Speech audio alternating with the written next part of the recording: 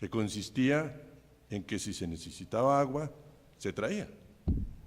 Y fundamentalmente se traía a través de la construcción de infraestructura. Entonces, canales o túneles, almacenamientos como represas, diques, este tipo de cosas. En la medida en que iba aumentando la demanda, simplemente se traía donde fuera. Y cada vez se iba ampliando la huella, la necesidad de territorio para generar esa agua, ¿cierto? Y esa gestión por la vía de la oferta, y pensemos en el caso de Bogotá, hasta no hace mucho tiempo la ciudad se abastecía con el agua que venía, y en términos históricos, digámoslo así, se abastecía con el agua que venía de los cerros del oriente y un poco de Sumapaz. Después con el agua que venía del río Bogotá. Después fue necesario el Cisga, el Neusa, Teusacá, San Rafael, y por último nos vimos en la necesidad de traer agua de otra cuenca, y tuvimos que trasvasar aguas que iban hacia la cuenca del Meta hacia la sabana de Bogotá con el proyecto de Chingaza.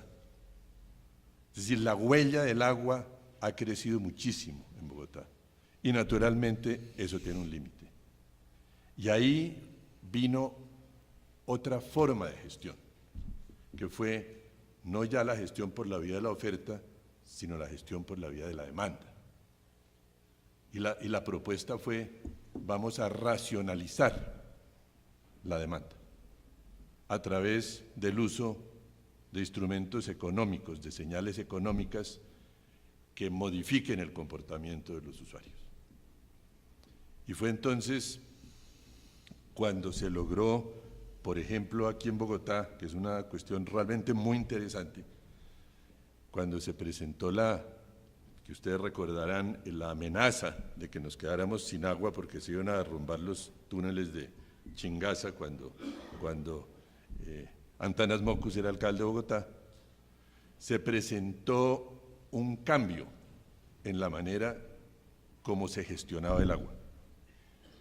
Y ese cambio introdujo unos estímulos para favorecer el ahorro y unas sanciones para castigarlo.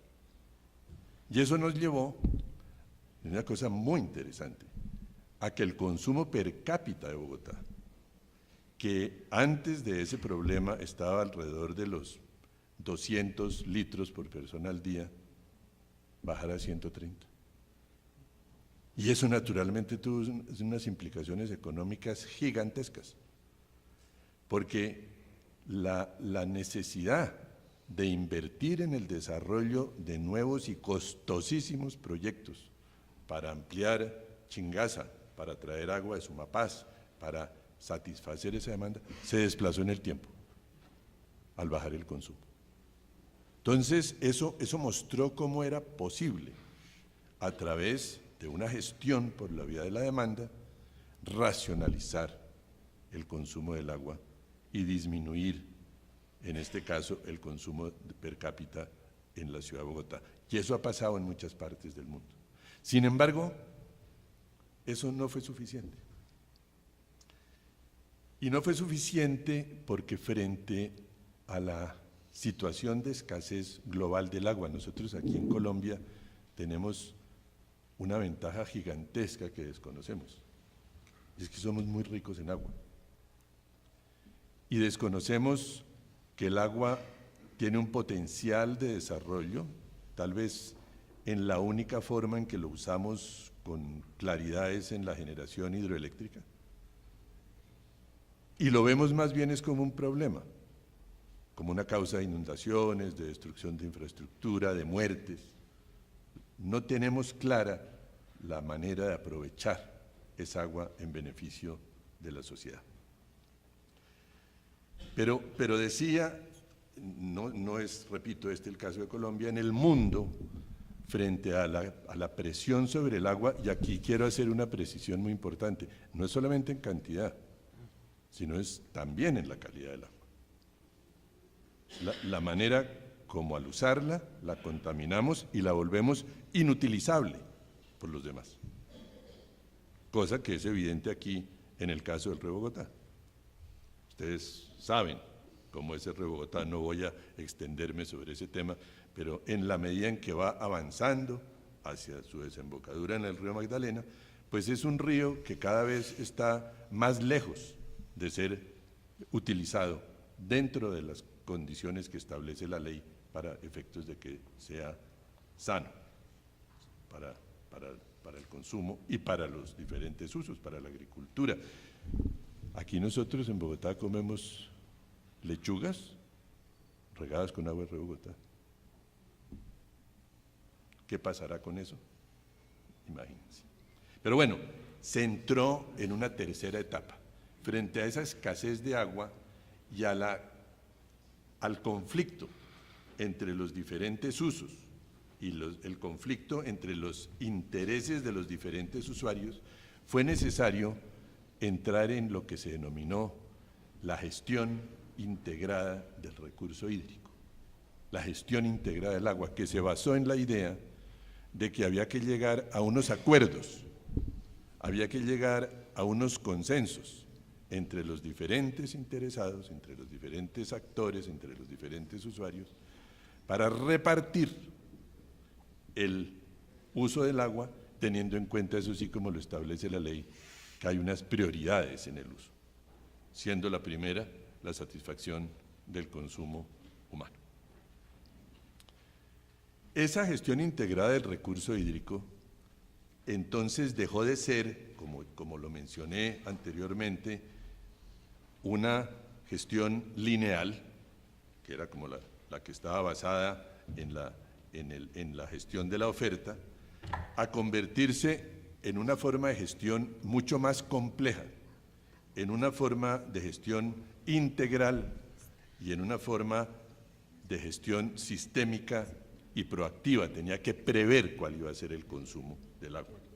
Se volvió, desde luego, también una forma mucho más participativa, con un carácter, desde luego, técnico y económico, pero transformándose cada vez más en un proceso de tipo sociopolítico. Sin embargo, ahí no terminamos. Hay todavía una nueva fase que está en proceso y que estamos precisamente tratando de poner aquí en práctica en la región de Bogotá, que es el convertir el agua en un elemento del ordenamiento del territorio para que ese territorio sea sostenible, para que la oferta de los ecosistemas se mantenga en el tiempo, para que los servicios públicos que se brindan a través del agua se puedan hacer permanentes en el tiempo. Eso como objetivo central de lo que hemos denominado la sostenibilidad territorial. Entonces, el agua había sido, y aquí viene un cambio también fundamental, había sido siempre otorgada, concedida, como una respuesta. Alguien decía, yo necesito agua. Entonces el Estado le daba una concesión, le adjudicaba, le conectaba el acueducto frente a su demanda. Hoy en día, lo que se está pensando no solamente en Colombia, sino en el mundo, es que la disponibilidad de agua es la que tiene que determinar cuáles son los usos del suelo. ¿Y por qué? Porque la calidad del agua, y la cantidad desde luego, pero la calidad también es un resultado de lo que se haga en la cuenca. Cada vez más nosotros vemos cómo el agua que toma una buena parte de la ciudad, que proviene del río Bogotá, es menos utilizable, porque como hemos llenado la sabana, hemos hecho una mala planificación, hemos hecho un mal ordenamiento del territorio, hemos llenado la sabana de zonas industriales, de urbanizaciones, de toda una serie de desarrollos sin tener en cuenta ni la provisión de agua para el consumo, ni tampoco el tratamiento del agua. Lo que estamos es deteriorando la calidad del agua y no la podemos usar. La planta de tratamiento de agua de Tibito, que toma el agua del río Bogotá, el año 11 o 12, no recuerdo ahora, pero no importa, la cifra, la cantidad de días que no se pudo utilizar fue más de 100, porque la planta no tiene la capacidad de tratar esa agua.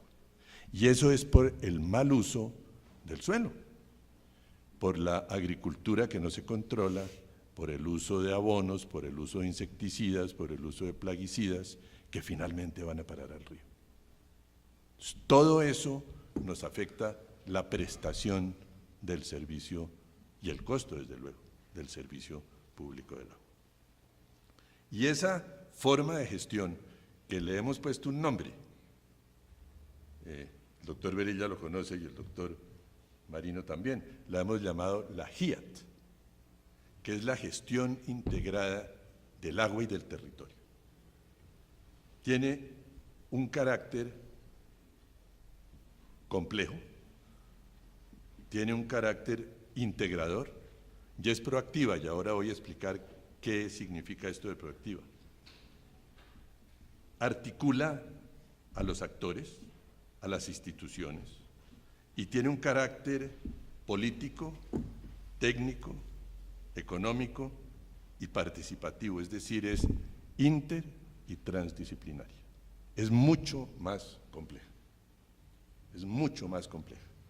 Y lo que busca esa forma de gestión es reducir la tensión entre los usos del suelo con la calidad y la cantidad del agua y desde luego con la sostenibilidad del territorio. Se convierte esto entonces en un tema sociopolítico. Ya no es un problema técnico ni es un problema exclusivamente económico, sino que es un problema vital de carácter sociopolítico. Y eso implica una transformación en el modo de pensar. Eso implica que ya no podemos seguir manejando un problema complejo con herramientas lineales. Tenemos que actuar de otra manera, tenemos que gestionar este recurso, y esto, repito, es un ejemplo, esto vale para muchos otros servicios públicos. Tenemos que formar diferentes maneras de pensar para ser capaces de formular políticas públicas basadas en la complejidad que nos permitan resolver los problemas, en este caso de los servicios públicos. ¿Y qué implica esto? Y aquí hay varios elementos muy centrales. Primero, implica definir cuál es el territorio donde se va a aplicar esto. ¿Y por qué? Porque si estamos hablando del agua, y aquí, doctor Marino, viene el tema de la descentralización. Cada territorio, y conste que no estoy hablando de cuenca, estoy hablando de territorio, ahora explico por qué. Cada territorio es diferente, cada cual tiene sus propias características, es muy diferente lo que ocurre aquí en la zona de Bogotá que lo que pasa en Medellín o lo que pasa en el Valle del Cauca. Y esas diferencias territoriales, regionales, tienen que tenerse en cuenta con toda claridad para la gestión del agua. Es decir, la gestión del agua por esencia, por naturaleza, tiene que ser descentralizada. Eso me parece que es un punto muy importante. Y ese territorio va más allá de lo que es la cuenca hidrográfica. No es suficiente hablar de la cuenca, sino que tenemos que incluir más allá de su extensión territorial, porque hay ecosistemas que afectan la cuenca y que van más allá, digamos, del borde orográfico de esa cuenca. Entonces, hemos integrado para definir este territorio 3 criterios diferentes, y aquí vuelvo a hacer alusión al tema de la complejidad. Estamos hablando del criterio hidrográfico, naturalmente, que es fundamental, pero estamos también hablando del criterio ecosistémico. Mucha de la lluvia que se produce en la región y que llega a la cuenca de un río proviene de fuera. El papel que juegan los bosques, los páramos, los ecosistemas, etcétera, puede estar fuera de los límites de la cuenca. Y el criterio político-administrativo, que también tiene mucho que ver, todos lo sabemos, los municipios, los entes territoriales tienen mucho que decir y muchas responsabilidades con respecto al agua. Y afortunadamente, en este momento el país cuenta con la Ley de Ordenamiento Territorial, que permite que haya asociaciones entre los entes territoriales, entre los municipios y los departamentos, para gestionar casos como el del agua, proyectos que tienen un alcance supramunicipal, que tienen un alcance regional. Y ahí la ley permite una serie de asociaciones de distinto tipo que bien pueden utilizarse para efectos de gestionar los servicios públicos, no solamente el agua, sino en general los servicios públicos. Además, diré que esta gestión integrada del agua y el territorio es un proceso participativo, es un proceso incluyente en el cual el futuro del territorio tiene que ser acordado entre las personas que viven en él y obviamente intermediadas, si podemos llamarlo así, por las instituciones.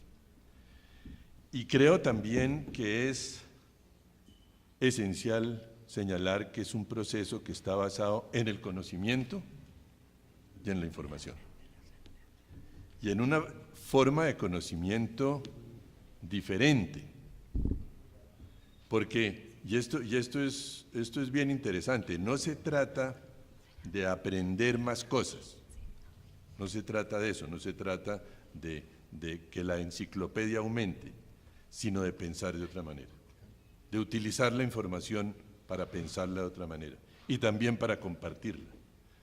Y tenemos que pasar de la gestión reactiva, que ha sido la tradicional, a una gestión proactiva. Mire, hoy estaba precisamente viendo unas cifras que lo dejan a uno preocupado. En 1980, en los años 80, en Chingaza, en donde tenemos la presa que abastece el 60 o el 70% del agua de Bogotá, caían al año 3.000 milímetros de lluvia. Hoy día estamos en 2.400, que consistía en que si se necesitaba agua, se traía, y fundamentalmente se traía a través de la construcción de infraestructura, entonces canales o túneles, almacenamientos como represas, diques, este tipo de cosas. En la medida en que iba aumentando la demanda, simplemente se traía donde fuera y cada vez se iba ampliando la huella, la necesidad de territorio para generar esa agua, ¿cierto? Y esa gestión por la vía de la oferta, y pensemos en el caso de Bogotá, hasta no hace mucho tiempo la ciudad se abastecía con el agua que venía, y en términos históricos, digámoslo así, se abastecía con el agua que venía de los cerros del oriente y un poco de Sumapaz, después con el agua que venía del río de los usuarios. Y fue entonces cuando se logró, por ejemplo, aquí en Bogotá, que es una cuestión realmente muy interesante, cuando se presentó que ustedes recordarán, la amenaza de que nos quedáramos sin agua porque se iban a derrumbar los túneles de Chingaza cuando Antanas Mockus era alcalde de Bogotá, se presentó un cambio en la manera de Bogotá.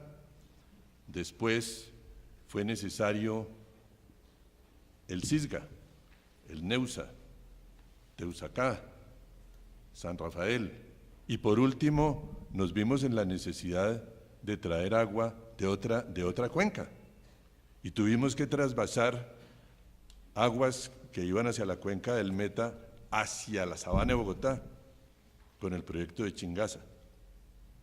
Es decir, la huella del agua ha crecido muchísimo en Bogotá, y naturalmente eso tiene un límite. Y ahí vino otra forma de gestión, que fue no ya la gestión por la vía de la oferta, sino la gestión por la vía de la demanda. Y la propuesta fue, vamos a racionalizar la demanda a través del uso de instrumentos económicos, de señales económicas que modifiquen el comportamiento